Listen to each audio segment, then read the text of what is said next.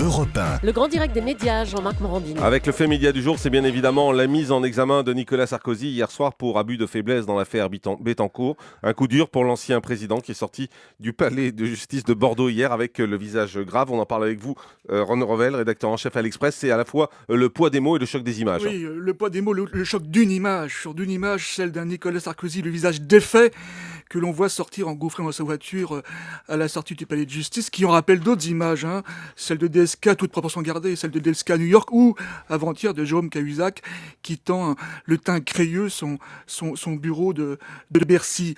Il y a encore 48 heures, Nicolas Sarkozy quand même semblait un sphinx lancé dans un début de reconquête de l'opinion, mais il aura suivi d'une simple décision de justice pour que tout cela soit balayé. Alors quel travail de communication. Listons un petit peu les petits cailloux jetés à terre, tel petit poussé par Sarkozy maintenant depuis 2 ans. Il y avait d'abord ses principaux soutiens, son premier cercle, qui emmené notamment par son ami Brice Hortefeux, qui entretenait un peu la flamme à coups de petites phrases distillées dans les médias. Il a eu ce club des amis de Nicolas Sarkozy, créé il y a quelques mois encore, un cénacle de disciples qui là aussi était destiné à accompagner son éventuel retour en grâce.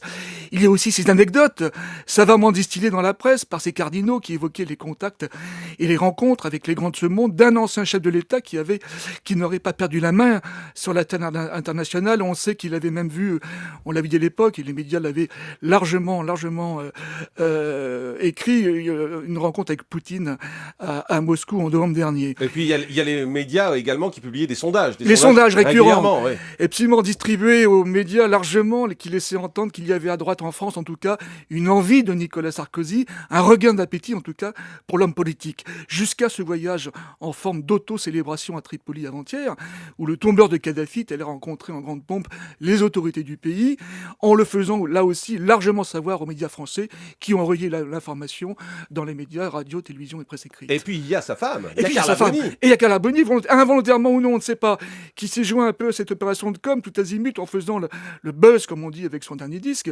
avec cette fameuse chanson du Petit Pingouin, qui serait ou non François Hollande, mais ça a participé d'une manière ou d'une autre, encore une fois, à cette opération de communication subliminale d'un Nicolas Sarkozy, qui est toujours là, présent en tout cas dans l'inconscient collectif. Et puis hier soir, 22h, patatras. Voilà. 2 juges de Bordeaux et quelques images prises à la sauvette auront suffi à balayer d'un revers de main, je dirais, tous ces efforts.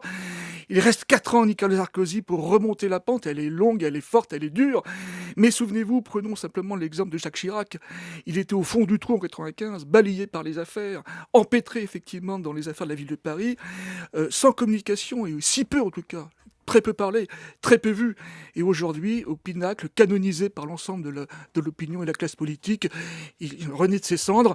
Sarkozy a 4 ans devant lui pour imiter son prédécesseur. Ouais, et on le disait hier avec Bastien Millot, quand on parlait de l'affaire Cahuzac, on n'est jamais mort en politique. Jamais. Il est toujours possible de rebondir. Merci beaucoup René Revel, rédacteur en chef à l'Express.